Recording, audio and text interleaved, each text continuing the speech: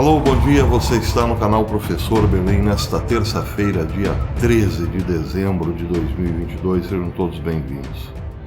Meus amigos, o propósito do meu comentário hoje é dar um panorama um pouco mais abrangente em relação à nossa realidade. É claro que estamos todos preocupados com o nosso futuro, com o nosso contexto regional, com a nossa política. Estamos nos perguntando a todo tempo o que virá pela frente, o que teremos que enfrentar em 2023, um governo autoritário, um regime militar, a continuidade deste governo, não sabemos. Estamos sim, a cada dia que passa, mais tensos e preocupados, é verdade. Mas há um contexto maior, onde as coisas parecem estão se definindo mais rapidamente e já nos dão um parecer, pelo menos em perspectiva, de que o mundo todo enfrentará uma grande tribulação em 2023. Esse panorama foi muito bem ilustrado hoje pelo Economic Collapse Blog, numa matéria assinada por Mike Snyder. E eu me permito ler um trecho dessa matéria, porque ela é muito esclarecedora e pode nos ajudar nas nossas estratégias de sobrevivência, pelo menos em parte. Diz Snyder o seguinte: o seu emprego é seguro? Ele pergunta. Nos últimos 2 anos, os trabalhadores americanos geralmente não precisavam se preocupar com segurança de emprego. Mesmo que alguém fosse demitido, inesperadamente, era muito fácil encontrar um novo emprego, porque simplesmente não haviam trabalhadores aptos suficientes por aí. Mas agora tudo mudou. Algumas das maiores corporações de todo o país estão começando a realizar demissões em massa, enquanto a economia dos Estados Unidos desacelera constantemente. Na verdade, um dos maiores bancos de Wall Street está alertando ameaçadoramente que milhões de trabalhadores americanos perderão os seus empregos no próximo ano. Histórias sobre demissão em massa estão chegando aos noticiários em um ritmo rápido e furioso atualmente. Acabamos, por exemplo, de saber que uma fábrica da Jeep, que monta o Cherokee no norte de Illinois, demitirá 1.350 trabalhadores. A empresa que emprega 1.350 trabalhadores da fábrica de Belvedere, em Illinois, disse que a ação resultará em demissões por tempo indeterminado e que pode não retomar as operações, pois considera outras opções. Um dos altos funcionários da empresa disse que a indústria foi afetada negativamente por uma série de fatores, como a atual pandemia, a escassez global de microchips, mas há também o desafio que é, segundo este funcionário da empresa, ainda mais impactante, ou seja, o custo crescente relacionado à eletrificação do mercado automotivo. Não há energia elétrica para continuar mantendo todo o projeto de eletrificação, não só dos automóveis, claro, como também das próprias fábricas, já que não se pode mais usar carvão, óleo diesel, gasolina, etc. e tal. Aqueles que trabalham em nossas fábricas automotivas são algumas das pessoas que mais trabalharam por esse país, diz Snyder. Outros tipos de trabalhadores também estão perdendo seus empregos em grande número. Deparei-me hoje com uma história sobre demissões que afetarão 1.800 funcionários que trabalham em cabines telefônicas dentro das lojas Costco. Mais de 1.800 funcionários foram demitidos da Wireless Advocate, que opera as cabines, os quiosques telefônicos dentro das lojas Costco. Uma representante local da Costco disse que a equipe está percebendo que todos os seus quiosques ou cabines telefônicas interromperam abruptamente as operações em todos os armazéns da Costco em 5 de dezembro deste ano. Se você perder o seu emprego, diz Snyder, tente encontrar outro o mais rápido possível, porque quanto mais você espera, mais pessoas competirão por ele. Como mencionei anteriormente, até mesmo algumas das maiores corporações dos Estados Unidos estão demitindo em grande número de pessoas. Em um artigo anterior, discuti as demissões que estão chegando na Amazon. E agora parece que essas demissões serão ainda maiores do que inicialmente previsto. Parece que a Amazon planeja demitir 20 mil pessoas, o dobro estimado anteriormente. Trabalhadores de centros de distribuição, profissionais de TI e líderes corporativos serão demitidos pela Amazon em diversas áreas. Segundo líderes corporativos, a Amazon tem conhecimento da situação. As demissões na Amazon acontecerão logo nos próximos meses. É provável que a equipe de todos os níveis seja afetada, equipes de todos os níveis sejam afetadas, porque os trabalhadores da Amazon são classificados do nível 1 ao nível 7. O New York Times revelou originalmente que a Amazon planeja demissões em meados de novembro do ano que vem, citando fontes que disseram que até 10 mil trabalhadores serão demitidos. A verdade, infelizmente, é que ainda estamos apenas nos estágios iniciais desta nova crise.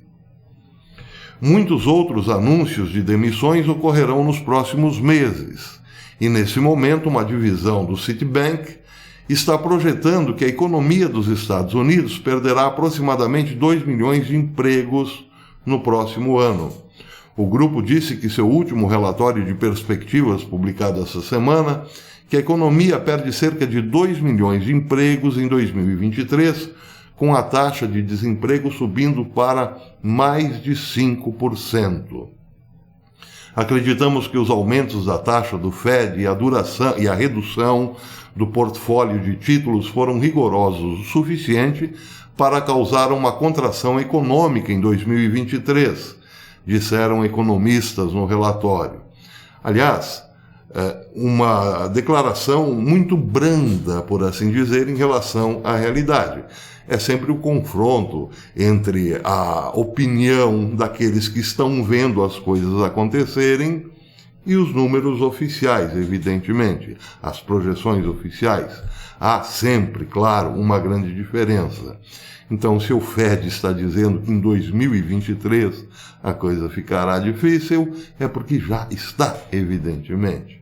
Mas, continua o economista, se o Fed não pausar os aumentos de juros até vir a contração, uma recessão mais profunda ocorrerá. É claro que o Fed não diminuirá as taxas de juros. Essa é uma crônica da morte anunciada, a morte do emprego. Se realmente perdermos tantos empregos, será catastrófico. Enquanto isso, os americanos estão cada vez mais pobres.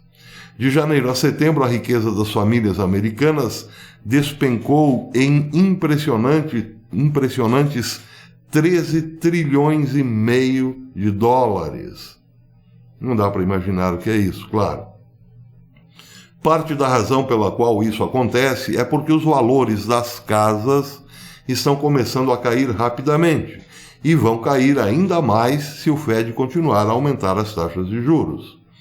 As autoridades do Fed, infelizmente, continuam nos dizendo que mais aumentos de juros estão por vir. As construtoras também estão sendo extremamente atingidas. Elas começaram muitas casas novas quando os tempos ainda eram bons. E agora tem muito estoque e poucos compradores. Há também, claro, a perspectiva de demissão em massa no setor da construção. Graças ao Fed, todo o mercado imobiliário, diz Snyder, está uma bagunça gigante nesse momento.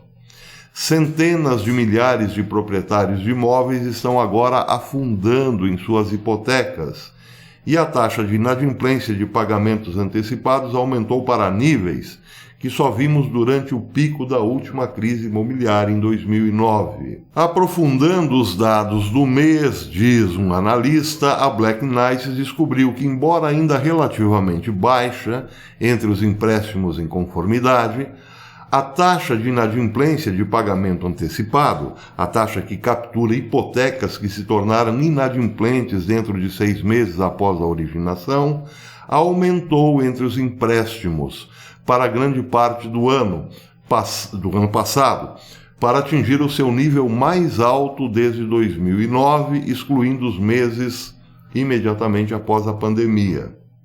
As condições econômicas, portanto, já estão muito ruins no setor, porém, diz Snyder, ficarão ainda piores. Sinais de problema estão no nosso entorno, diz Snyder. Fiquei, por exemplo, profundamente alarmado quando li que o Aeroporto Internacional de Orlando está passando por uma grave escassez de combustível. A Federal Aviation Administration está alertando os pilotos de que o Orlando International Airport está com pouco combustível e isso pode significar choro e ranger de dente nos próximos dias para quem precisa viajar. A agência disse em nota oficial que o aeroporto pode continuar com problemas de abastecimento até cerca das 19 horas de terça-feira, da próxima terça-feira, e sugere que as companhias aéreas estejam preparadas para operar voos para o aeroporto com combustível suficiente a bordo apenas para a ida, sem volta. Nunca ouvi falar de um aeroporto inteiro com pouco combustível por um longo período de tempo na minha vida, diz Snyder.